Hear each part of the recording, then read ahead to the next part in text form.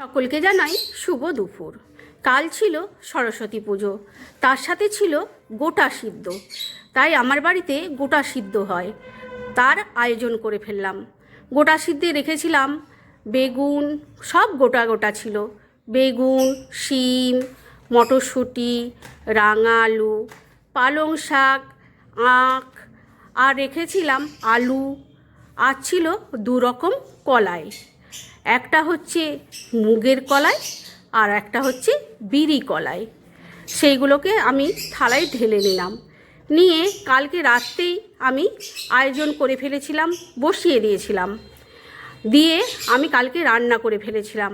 যেহেতু আমাদের কালকে রান্না করে আজকে মা ষষ্ঠীকে দিয়ে খাওয়া, তাই আজকে আমি মা ষষ্ঠীকে পুজো করে তারপরে আমি থালায় পরিবেশন করে ফেললাম। কার কার বাড়িতে আছে আমাকে জানিও।